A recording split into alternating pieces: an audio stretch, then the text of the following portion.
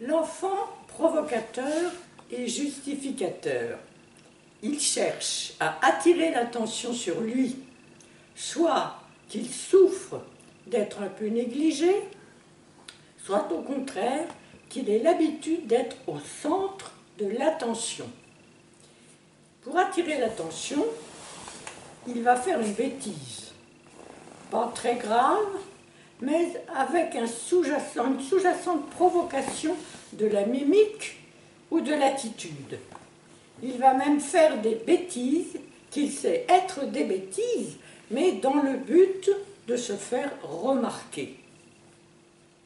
Il cherche et il trouve des raisons pour justifier ses bêtises.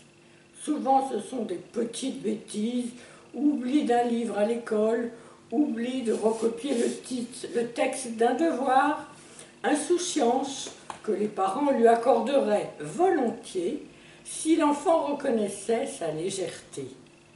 Mais soit il exagère imaginativement l'importance de ses erreurs, soit ses petits oublis, ses taquineries envers son frère, ses impertinences, soit il en est d'autant plus coupable et il exagère les sanctions qu'il en récoltera. S'il exagère l'importance tant de l'erreur que de la sanction, c'est parce qu'il dramatise et qu'il trouve son plaisir à dramatiser. La punition qu'il escompte fera de lui un malheureux mécompris et il ruminera des heures sur son malheur avec une sorte de délectation. La bêtise qu'il a faite devient le moyen de jouer un rôle et de se prendre en pitié. Et en sous-jacence, de provoquer les parents.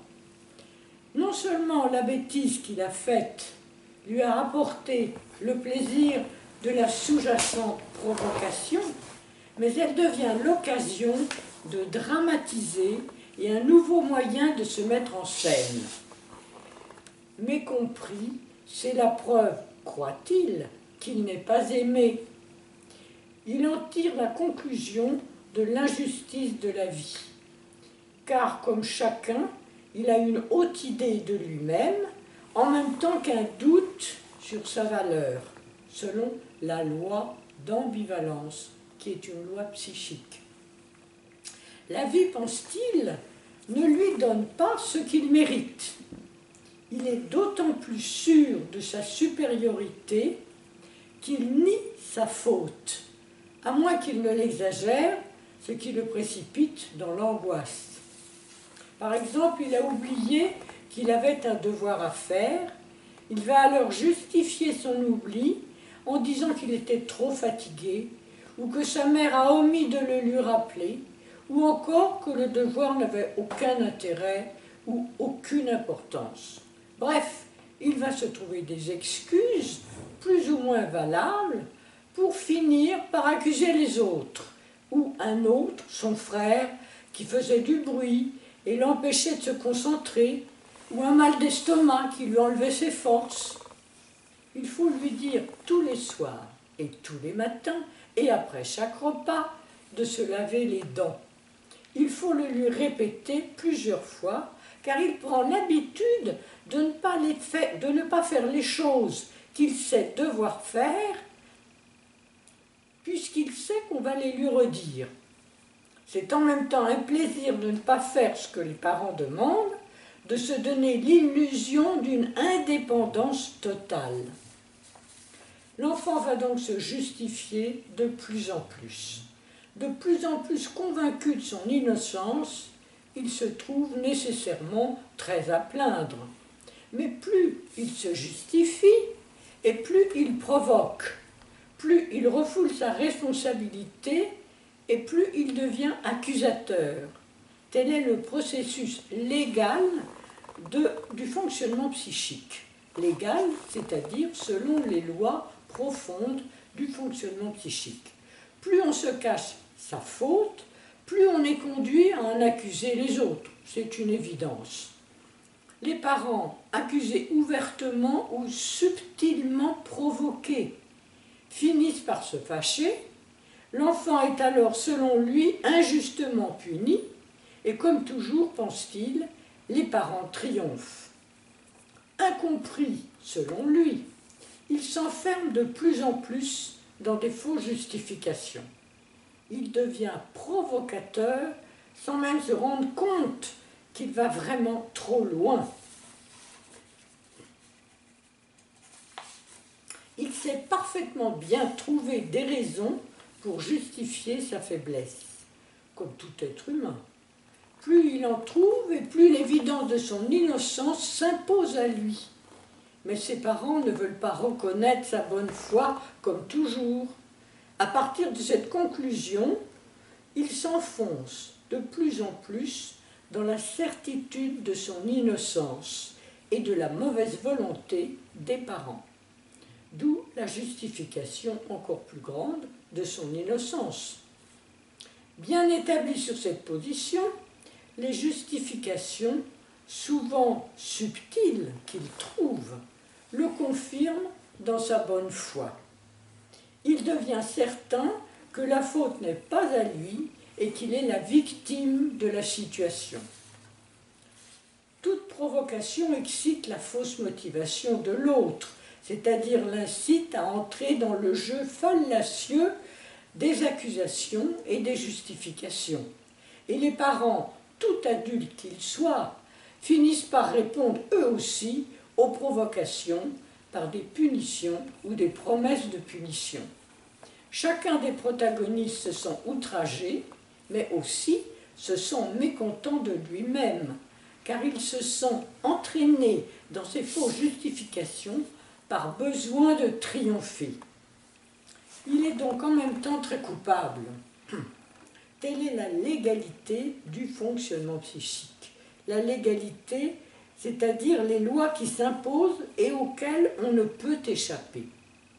Cet empoisonnement par des vexations mutuelles se poursuit, ainsi que des tentatives de la part des parents de s'imposer comme éducateurs. Chacun d'eux pense qu'il sait comment faire et que l'échec vient de la mauvaise volonté de l'enfant. Mais les parents sont de plus en plus vexés de ne pas parvenir à se faire obéir, et par loi psychique, la vexation se transforme en accusation accrue envers l'enfant, ou même de l'un envers l'autre. La culpabilité d'accuser l'enfant, tout en étant conscient de leur propre erreur, conduit les parents soit à un renforcement de leur culpabilité, soit à un renforcement des accusations, et souvent l'une attitude conduit à l'autre. Pour ne pas voir leur insuffisance en tant qu'éducateur, les parents accablent l'enfant. Il ne comprend rien, il est d'un orgueil irréductible, le cercle vicieux est prêt à se dérouler, tout en enfonçant chacun toujours un peu plus loin dans le désarroi, avec le sentiment qu'il n'y a pas d'issue.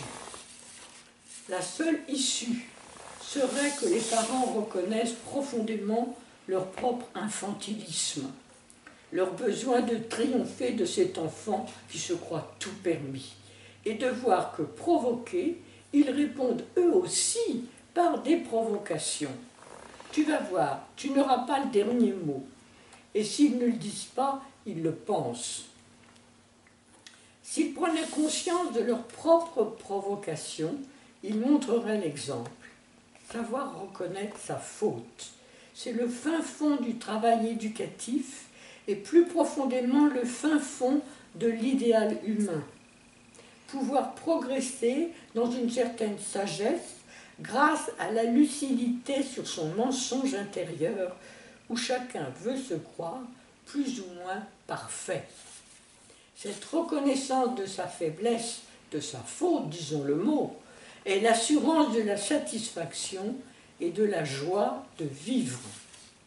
Parents, autant qu'enfants, ont besoin, pour être heureux, de progresser. C'est le sens de la vie.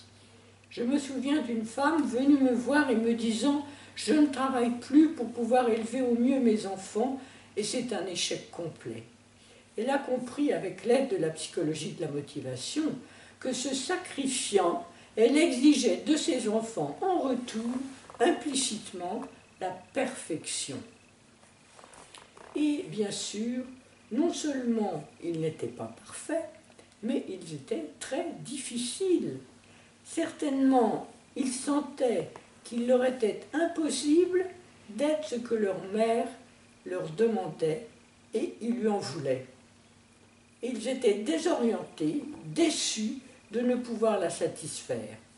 Cela se traduisait par une sorte de révolte larvée et des provocations subtiles. L'échec était patent.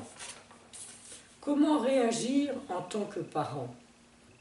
Ne pas entrer dans la provocation, ne pas la remarquer, faire comme si elle n'avait pas eu lieu. Reprendre avec un ton conciliant et bienveillant la critique faite par l'enfant, la prendre en considération ce que l'enfant a dit ou laissé entendre, lui dire « tu as peut-être raison, nous allons voir ensemble le problème, dis-moi ce qu'il t'en semble, je te dirai ce que j'en pense ». Un ton de réconciliation au lieu de répondre par un ton agressif au ton agressif de l'enfant. En général, il est démonté et s'il voit qu'on le prend au sérieux, il est tout prêt à collaborer. Le ton de la voix est capital. Tous, nous réagissons plus au ton de la voix qu'aux paroles prononcées. Pour avoir le ton juste, il s'agit de percevoir en soi les intentions que l'on a à l'égard de l'enfant. L'irritation, il se croit tout permis, il a toujours raison, il n'y a rien à nous dire, et de transformer cette intention intransigeante en compréhension et en bienveillance. Et cette bienveillance est tout simplement un crédit de confiance envers l'enfant, ce qu'il ressent. Ce n'est pas une soumission, parce que c'est une attitude réfléchie, sous-tendue par une réelle compréhension de l'état intérieur de l'enfant. Souvent, c'est une souffrance qui perce, parce que sa révolte est en contradiction avec son besoin profond d'amour. C'est sur ce besoin qu'il faut tabler et le satisfaire.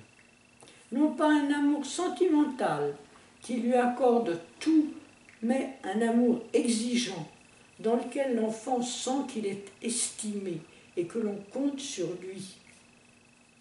On exige parce qu'on a foi dans l'enfant, dans son élan et son besoin d'harmonie, et il le sent.